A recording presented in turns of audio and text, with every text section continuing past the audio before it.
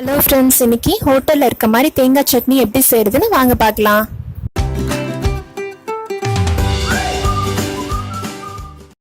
தேங்காய் 1 கப் சேர்க்குறேன் நான்.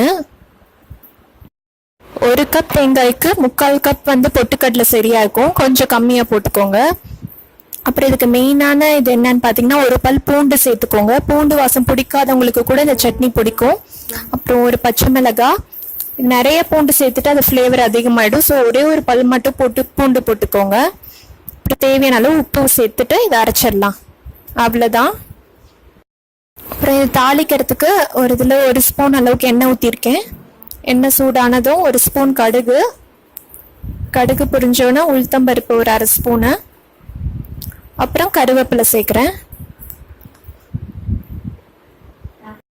அவ்வளோதான். இதில் கொட்டி கலந்து விட்டுடலாம். இந்த சட்னி கண்டிப்பாக ட்ரை பண்ணி பாருங்க இதே மாதிரி. இந்த வீடியோ உங்களுக்கு பிடிச்சிருக்கும்னு நினைக்கிறேன். பிடிச்சிருந்தா லைக் பண்ணுங்க, சப்ஸ்கிரைப் பண்ணலைன்னா சப்ஸ்கிரைப் பண்ணுங்க. நான் ஆர்த்தி, மறுபடியும் உங்களை வேற இன்ட்ரெஸ்டிங்கான வீடியோவில் சந்திக்கிற வரைக்கும் பை பாய்.